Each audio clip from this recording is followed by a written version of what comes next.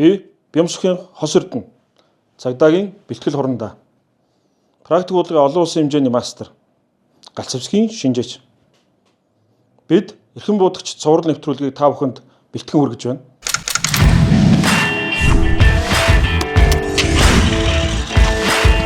Энэ удаагийнхаа дугаарын зочноор бас нэг хүндтэй өрмөц содон зочоо урьж оролцуулж байна. Одоо та бүхэндээ бас их сайхныгаа одоо танилцуулъя. За манай их сайхан бол одоо манай Asset Travel компани захирал гэж явж байгаа. Их сайхан маань одоо яагаад энэ онцлог зочин гэж бид нэр ингээд нэвтрүүлэгтээ урьж байгаа юм гэхээр нэгдүгээр галц хэвсэг сонирхдаг, мөн цуглуулдаг, бас анд бас явдаг.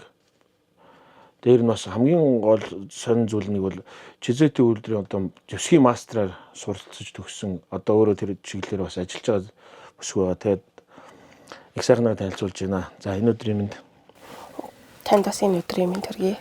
За энэ галц хэвсэгтэй холбоотой энэ галц хэвсэгтэй ер нь хэдийнээс танилцж одоо галц хэвсгийн одоо хамгийн анхны буучин барьж үтсэн бууч гэдэг юм тэр талаараа нэг танилцуулаач яриач. За одоогоор 1996 онд хамгийн анхны галц хэвсгийг Монгол улсад манай Эрдэнэт гэдэг хүн оруулж ирж байлаа. Манай Эрдэнэт гэдэг хүн Монголд хамгийн анхны худалдааны чиглэлээр энэ галц хэвсгийг Монголд оруулж ирсэн. За тэгээд би тэгэхэд одоо 10 настайдаа галц хэвсгийг Монголд зарж байлаа. 10 настай хүүхэд угсраа задлаад хүмүүст танилцуулаад ийм 8 хийж эхэлсэн. 8 настайдаа ерөн бол аавыгаа дагаж хаанд явж эхэлсэн.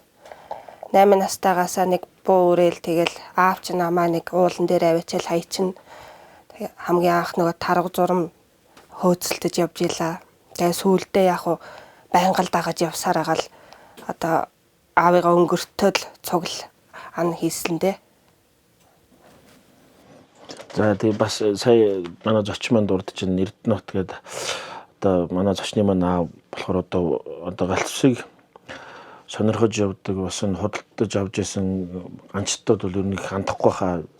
Би бас энэ талаар бас дуртахгүй чадахгүй яа тэгвэл хүн бас анхны галц хэвсгийг ингэж зорж импортлоход ажлыг эхлүүлэхээс гадна олон залуучуудыг гой сайхан тухайн үед л одоо шилдэгсэн зэвсгүүдтэй танилцуулж байсан. Тэгээд миний хувьд дурсах нэг зүйл гэвэл 2017 онд болсон дэлхийн практик бодлогын дэлхийн карбины дэлхийн аврагт одоо оролцох гээд тухайн үед бас биднэрт спортын зэвсэг яс гадна сум хэрэгсэл ерөөс олдохгүй бас хэцүү үе байлаа. Монголд бас сум импортлж чадахгүй тухайн үед аль нь бас болоогүй байсан гэд тэр үедээ би Эрдэнэт тахтайгаа нэг хандаад уулзаж бид нэг тэмцээнд оролцох чинь та бидний сумаар ингэ туслаач хангаач гэсэн манай баг тамирчдад нэг за чи маргааш хүрээгээд ирсэн биднэрт нэг бүтэн цинк 739 сум гаргаж өгөө. За та нар тэмцээнд амжилттай оролцоорой. Харин медальтай ирэх шүү. Эрэхтэй ахтаа нэг коньяк авчираарай гэд тухай тэгээд би бас буцаж ирэхдээ бас медальтай ирээд коньякаа бас арай амсуулъя гэж байна. Үндэ амжиг тухайн үед одоо бурхан болцсон яг тэр үеийг одоо би давсч чинь. Тэгээ би их сайхантайгаа бас ингээ уулзахдаа бас тэр аавын тухайд их дуртай байдаг. Тэгээд энэ сайхан их минь талаар дурдсан дэх баяртай байна. Тэгээд за тэгэлгүй яг уу бидний одоо энэ бизнесийн санхүүгийн ажил мэргэжил маань ерөөсөө цэвэр сайн аавын үргэлжлэл аавынхаа ажил мэргэжлийг хоббиг хүсэл сонирхлыг өр хүүхдүүд бид нар одоо үргэлжлүүлж л явж байгаа. Азтай юм гэвэл ерөөсөө яг цэвэр хоббигоороо бид нар бизнесээ амьдралаа үргэлжлүүлсэн ажил төрөлтөө ч гэсэн дуртай. Аав маань ч гэсэн өөрөө тэр чигээрээ удмын анчид аав нь жанчин байсан, өвөг эцгээс жанчин ирсэн. Манай аавын үзэл баримталд би айгүй дуртай. Яагаад гэвэл манай аав бол хамгийн ихэнд баримталдаг зарчим бол ан нурыг мөнгө олохын төлөө хийдгүү. Хизээч хийж болохгүй шүү гэж бид нар цагтдаг байсан. Одоогийн ерөн бол байдлаар бол илүү тэр чиглэлээс бас арай хөндөрчөөд Монгол улс галц хэвсгийн талаар энэ талаар илүү хөгжөөд байгаа. Манай өөрөө цэргийн хүн байсан. Цэргийн хошууц цолтой. Зэвсгийн ерөн сонирхолтой зэвсгийн инженерээр төгссөн, Оросд Уралын дээд сургууль төгссөн, цэвэр орос хэл, орос школ бүх юм тэгээ явцсан. За тэр чиглэлээрээ өөрөө энэ илүү Орос улстай ойрхон байсан үднээсээ тентхийн зэвсгэглийг илүү сонирхож эхэлсэн.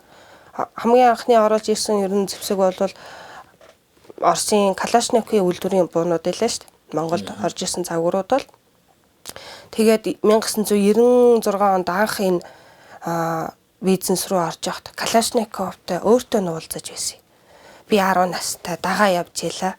Тэгвэл одоо чи бас Калашниковтой бас уулзсан бас нэг энэ бол бас нэг түүхэн бас хүн болгонд олдоод авахгүй завшаан. Тийм байна. Тий, гэрт нь очиод тухайн үедээ одоо Калашниковын одоо тэр социализмын үед чинь өөртөө энэ зэвсэглэлээс хувь аваагүй байсан үе.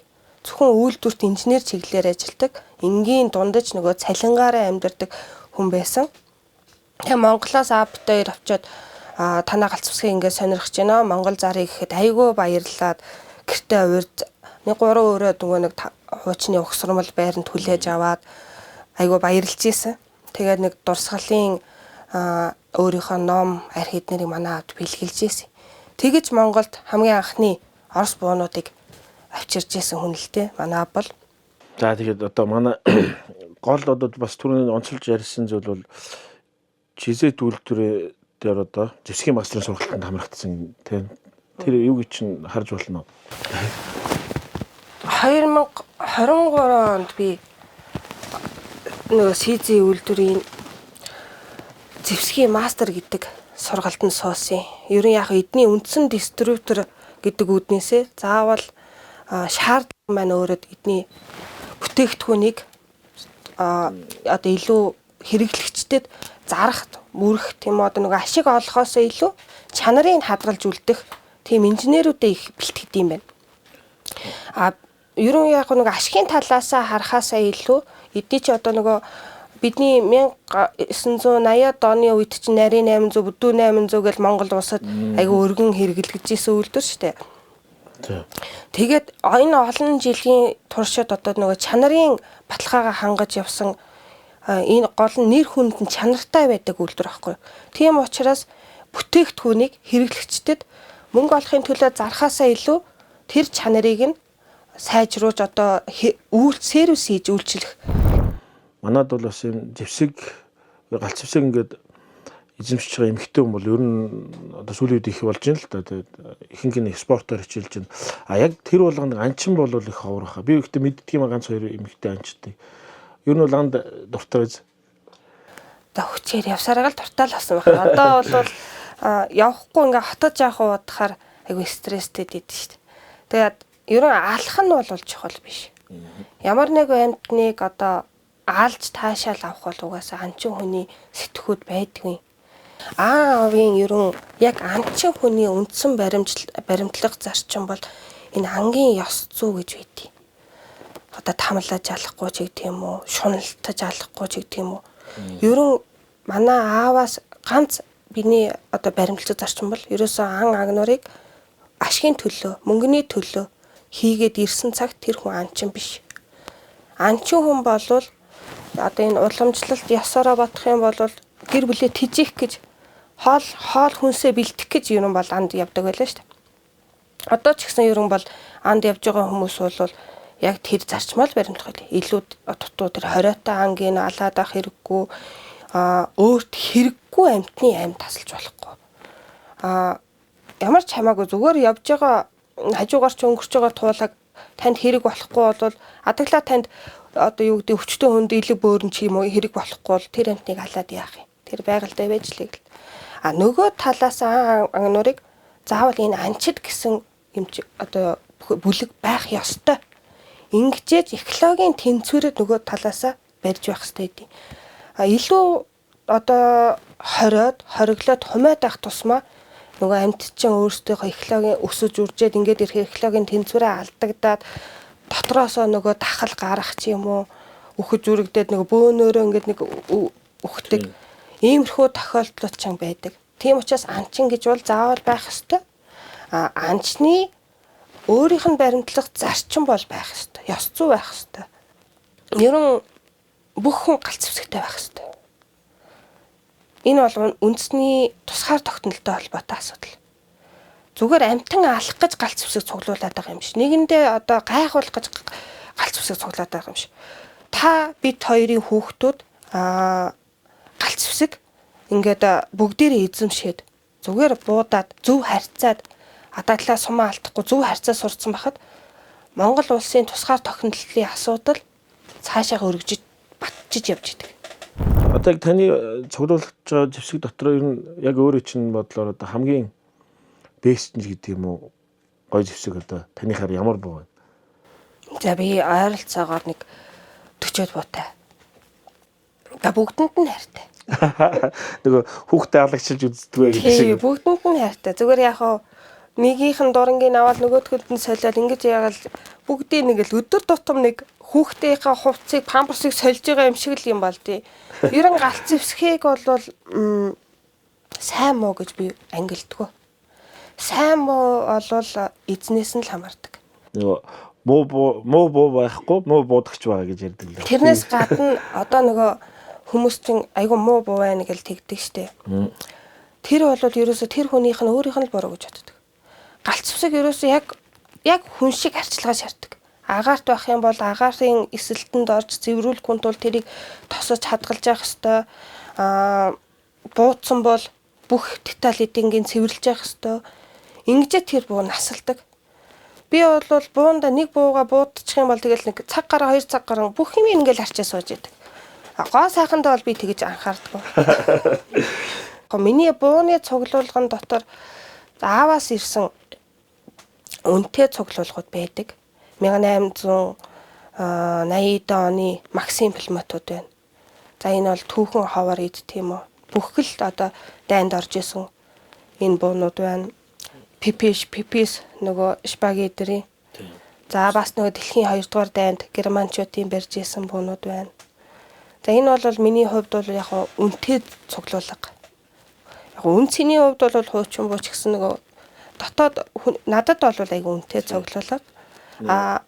Үнээрээ болох юм бол миний хамгийн өндөр үнэтэй буу 80 сая төгрөгнийч буу байна. Тэрнээсээ илүү би чинь одоо буундасаа илүү дурандаа илүү бас анхаардаг. Дурангууд чи ерөн бол буунаасаа үнэтэй байж, үнэтэй сайн байж тэр бууг бас авч явдаг. Тэгэхээр дурандааж бас хайртай. Энэ миний ганц одоо хамгийн сонирхдаг дуртай хүнд үзүүлэх дуртай буунуудын цуглуулгуудын нэг. Миний бодлоор ер нь Монголд ганц байгаа хаа. Хамгийн анх л манай аав оруулж ирж ирсэн. 3 гол төмөртөө Blazer R93 гэж. Одоо Америкийн ер нь дэлхийд дээр нөгөө нэг холын буудлага эдэр чи олон төрөлтэй шүү дээ. Цэцээ шалгадаг, аккурат холын буудлага шалгадаг, тусгал шалгадаг ч юм уу тий. Тэрний нөгөө аккурат шалгадаг төрөлтөө номер 1 орж исэн. Хамгийн нэр хүндтэй. За нөгөө холын буудлага биш, яг цэцэн талаасаа дэлхий дээр нэгт явж байгаа бо. Энэ Монголд ерөөсөө ганцхан байдаг. 3 голоо солиод 3 өөр калибрээр буутчихдаг. Ямар сумаар бодож байна? 3 калибр гэхээр 308, 223, 300. Яг жижиг юмдаа 3 янзын дундын 3 зай байна шүү дээ. Дундын зай, холын зай, ойрын зайд бол. Тэгээ бүх төрөлд баг уулзчих болно гэсэн үг. Энэ бол миний одоо юу гэдэг ганц бахархдаг буу байна. Дуран оптикийн хувьд болохоор юу вэ? Шмидт бэнд. Швейцар дуран байгаа. За энэ зэвсгийн бас нэг өрөмц тал нь замгийн ажиллагаа нь байгаа бох тий. Замаг Blazer ерөө хамгийн хурдан гүйлттэй замгаараа алдартай шүү дээ. Өөрөөр хэл механик ажиллагаатай замд тэгтээ автоматтаас ялгаагүй ажиллана гэсэн үг тийм үү? Тэгээ хамгийн хурдан гүйлттэй. Бараг автомат шиг. Тийм тийм. Одоо нийт жин багцаагаар энэ ойролт жин хэдэн. Наа чин 5 ил дурантайгаа бараг сум өдөр орох юм бол 7 ил хүрнэ. Тэгээд жоохон хүндтэй бие ялтрын жоохон таараа буудагч бол дийлэхгүй юм байна те. Мэдээж энэ буу гэж юм бол амд өгрөөд явчих болцоо. Энэ бол ам ерөөсөө үүрэх боломжгүй. Зөвхөн спортод л байна шүү дээ. Хин гоё зэвсэг байна те. За би яг энэ Америкийн Америк Орос гэж ерөө хоёр л цуглуулгатай л болчиход байна л да. За Америкаас нөгөө R30, R15 нөгөө яг цэргийн зорилттой зэвсэгдлийн чинь нөгөө иргэний гаргаснууд нь R хувийн үйлдвэрийн загварууд шүү дээ. За R30 загварууд нь одоо ингээд том болчихж байгаа. R15 10 загварууд нь маань ийм хөнгөн жижигхэн болчихж байгаа. Энэ бол яг хүний амьдралд өдөр тутам үүрсэн ч болохоор хөнгөн загварууд гэсэн. Эднэрээ бол хүн үүрээд ямар нэг байдлаар ууланд алхаа ч юм уу нөгөө төргөн буудлын тэмцээн уралдаанд эднэрийг бол үүрээд явхад бол асар хүнд. Тэгэхээр тэрний чинь одоо хурдан буудлаханд спорт талаасаа ч гэсэн ийм богинохон загварууд байдаг. Эдгээр бол ерөн бол андч болно шүү дээ. Спорттоо бол илүү хөнгөн хурдан буудаж байгаа хүмүүс давуу талтай болчихно гэсэн үг. Энэ бол айгүй эвтэйхэн загвар. За одоо ингээд нэг Орос зэвсгүүд нь тий. Энэ Орос зэвсгүүдийг баг манай галчиг сонирхч нар бүгдээр хараал таньж байгаа хөө. Тий нөгөө энийг үзүүлж байгаа нь бидний нөгөө миний түрүүний ярьсан 96 онд манай аав Монгол улс хамгийн анх оруулж ирж зарсан буунуудын нэг загварууд л та. Энэ СВД буюу тигр одоо иргэний зориулалтаа тигр гэдэг нэрээрээ худалдаалагддаг. За бас л 90-д онд хамгийн анх орж ирсэн. За энэ нь болохоор нөгөө нэг алдарт Калашниковичийн одоо ангийн юу гэдэг юм уу иргэний загвар нь илүү иргэдэд хүргэсэн байлдааныхаа загварыг детачлуудыг жоох үйл ялэг өөрчилж хувьд гаргасан. За энэ загвар нь за энэ болохоор нөгөө бас л РПК гэдэг тасгийн пулмат хийдэг. Үйлдвэрийн Вепер гэдэг загвар. За эднэрийг болохоор Оросоос ерөн бол бүх эд ангиудыг үндсэн байлдааных нь эд ангиар нь ухсраад ангийн болгож одоо ангийн бидний хэлдгээр иргэний болгож деталуудыг өөрчилдөе. Жижиг сажиг одоо автомат хуршийг авч хаях ч юм уу. Манайхан ч ярихдаа болохоор байлдааны буг ангийн болгоод айгу муу болгоцсон гэж яриад байдаг. Тэр бол худлаа. Бүх төмөр эд ангийг тэр чигээр нь тэр үйлдвэрчин хийж хэрглэж байгаа болохоос биш ямар нэг байдлаар төмрийн ангийн болгох чигээд нэмхэн ч юм уу нарийнхан ч юм уу тийм болгодгоо. Яа тэгэхээр энэ чанараа бол Орос бод тэд рүү алддаггүй. Эдгэрийн одоо нөгөө дэлхийн 2 дугаар дайнд авч гарсан юм чи ерөөсө гацхгүй л байлаа шүү дээ. Орос зэвсгийн усанд ч тэр, элсэн ч тэр, шороонд ч тэр буудж идэг. Одоо ч буудж идэг. Энэ бол жишээ нь одоо 27-8 жил үүрч байгаа буу. Би байнга л авч явдаг. Манай Монгол улс бол бас галт зэвсгийн өрмөц соёлтой, эртний соёлтой ард түмэн юм ба. Би бас энд нэг хэлэх дуртай би бас залуудаас энэ хэрийн юуны албан томилтоор хөдөө орон нутагт ажиллаж явж байхад хөвсгөл явж байсан нэг цаатай айл 10 настай охиндоо буу өрүүлээд ганцааргийн морин дээр өндөр явуулчихж байгаа байхгүй зүнхийн өрүүлэг. Хайж сургууль руу хичээлдээ явж байгаа маа гэд. Тэр мэдээд замд нь хээрийн нохомхоо таардаг учраас тэр буу урж өөрийгөө хамгаалж явж.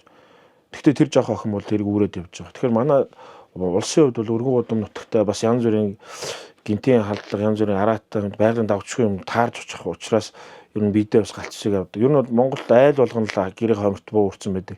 Энийг бас бид нар бас зөв ойлгох хэрэгтэй юм шиг байна. Тэгээ энд бол хамгийн тохиромжтой зэвсэг бол одоо энэ саяг юм тийм би хамгаа. За энийг би бол байнга л авч идэв. Загсанд явсан ч хөдөө явсан зүгээр салхинд гарсан ч аваа явж идэг. Ягаад гэвэл ихэвчлэн богинохон болоод хөнгөн авсаархан. За дээр нь тэгээд ерөн ус цасанд бороод дотор зогсож байсан ч яадаг чгүй. Одоо нэгдүгээр хамгийн чухал бол гацхгүй байна. Найдвартай байх. Найдвартай. Нөгөө эсэргээрээ манай нөгөө алдартай Америк буунууд ч юм бол жоохон ирэх шүү дээ. Заавал арчилгаа шаарддаг. Тий, нөгөө тосмосыг ч одоо коллегийн хэрглэж байгаа юм шиг л хэрэглэхгүй л болоод ер нь жоохон эмзэг талтай буунууд идэг. Яг хоо дэвшлийн хувьд бол Америк буутай бол хөгжлийн хувьд бол ярих юм байхгүй л тий. Мэдээж хэрэг оновч тусгал тий. Хол буудах ч юм уу тусгалаараа Орос буунаас илүү. Гэхдээ амьдралын яг шалгууртаа бол хамгийн ойрхон Орос буунууд л. Тэгэхээр одоо өөрөөр хэлбэл хэрэглэгчтэй хувьд бол одоо сонголт байх нь шүү дээ. Байн гарчиж цэвэрхэн байх юм бол илүү цэцэн бууддаг буутайх нь. Зүгээр яг хөдөө нэг ажиллагаа баг шаарддаг өөртөө эвтэйг бол орос баах нь шүү дээ. Жишээлбэл одоо тань шиг ганган хүн бол орос буу байраа явж байхад зохимжгүй харагдах ч юм уу тий. Аль нэг барих тавтай буул сайхан. Ер нь бол галцвсэг бол ерөөсөө инженерчлэлийн борс хамгийн дээд одоо сайхан бүтээл шүү дээ. Энийг манайхан бол зөв ойлгож явах хэрэгтэй тий. Нэг үе бодвол манай хэрэглэгчид манай борлуулагч худалдагч нар ч гэсэн айгүй ерөн бол дэлхийд хөл нийлүүлж алхаж байгаа гэж би боддог ш. Энэ дурангийн одоо дуран тавихад ч л баг инженери толгой хэрэгтэй ш тий. Дурангийн суур өндөр намыг тааруулж математик, физик одоо н олон шинжлэх ухааны уулзуур энэ чинь буун дээр бол заавал хэрэглэгддэг. Хүнээс мэдлэг шаарддаг болохоор хүн өөрийгөө хөгжүүлэх болцоо ч бас галцвсэг байдаг тийм. Тэгээд адаглаад энэ гохны чинь л даралтын хүчийг энэ гадаатынхаа чинь ингээд ингээ бүгд тоног төхөөрөмжөөр ингээд нэг бүрчлэн гэж үзэж байгаа. Тэгэхээр манай хөдөлгөгч нар зүгээр ингээд хурууныхаа өндгөө барыг мэдрээд үзчихдэг. Айгүй мэрэгчлээ юм байгаа шүү дээ. Тийм байна. За энэ Сведээр буюу одоо хэрэглэгч бидний тигр загвар дээр нь ямар брендийн дуран байна? Энэ Германы Schmidt Bender гээд дуран байдаг түргэн буудлын зориулсан бага таталтай гэсэн үг. Ер нь бол яг нөгөө түргэн буудлын дурангууд чи илүү ойрын зайны таталтыг харуулах хэрэгтэй байдаг.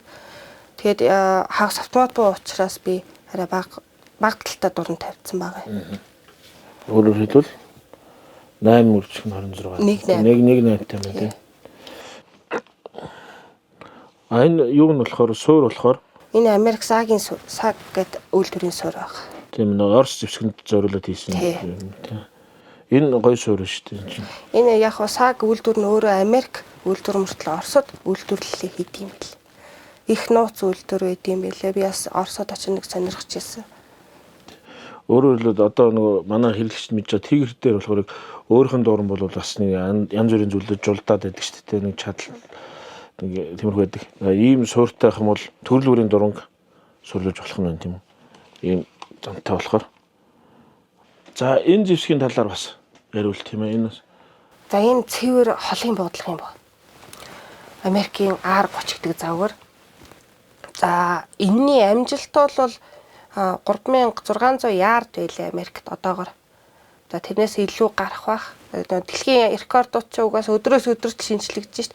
Одоо манай монголчууд хүртэл бараг 5 км хүртэл буутах гал үзээд шít.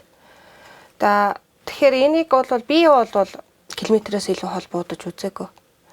Гэхдээ яг буу нь бол хүчин чадлаараа бол хангалттай хөрнө. Надаа яг тэр 3-4 км ч юм уу тийм буудах боломж бол олдоогүй байна. За энэний яг буунаасаа илүү миний энэ ганц хадгалдаг дуран байна энэ юм байгаа. Энэ limited edition гэдэг 300 ширхэг үйлдвэрлэгчний 256 дахь үйлдвэрлэл буюу ерөөсөө дэлхийд 300 ширхэг гэдэг дуран. Энэ юугаар л ийдсэн юм шүү дээ. Тоон бас байж шүү дээ. Энэс тэгээд ууг нь бол дэлхийд 300 ширхэг үйлдвэрлэгдсэн. Тэгээ 256 дахь загвар гэсэн үг байхгүй, ширхэг гэсэн үг байхгүй. Тэгэхдээ одоо ер нь баг дэлхийд номер 1 нь ганцаар болцсон баг. Тий, яагаад гэвэл манай инженер, галц бүсгийн инженер илүү дутуу болт байна гэж авч хаяад. Өөрөлдөө суурных болтыг яриад байна тийм үү? Биш, түрээтийн болт. Тэгээд энэ өөрийнх нь хүчин чадлаараа энэ дуран бол хангалттай 5 км хараад татчих чадaltaй дуран байсан гэсэн үг. За тэгээд манай инженер энэ Америкчууд Шведийнхэн илүү болт хийсэн байна гэж авч хаяад. За энэ түрээт бол бараг 10 км эргэнэ гэсэн үг. Тэгээ товчруулсмээр юм байна. Хязгааргүй болцсон. Ямар ч энэ түрээт энэ дээрээ тулхаас нааш юу ч юм бол хэрэгс ч юм бол яваад байна гэсэн үг. Тэгэхээр надад ганцхан болчиход байгаа юм даа. За сони юм байна. Тэгвэл бас энэ ч бас гоё өрмөц одоо цуглуулгач бас нэг юу байх нь шүү дээ. Дуран ч юм бол гоё болоод ирэх юм байна. Бас нэг хүн чинь нэг цуглуулгын зориултаа нэг limited edition буюу цөөхөн гаргацсан ийм имийг хадгалчихаар бас нэг өөрт нэг гоё байдаг шүү дээ. Тий. За баярлалаа их сайхантайгаа ингээд бас нэг өдрийг бас хөөрөлдөж өөрийнхөө хоббиний тухай ярилцсан. Баярлалаа. За надтай ирж бас ярилцлага хийсэнд баярлалаа.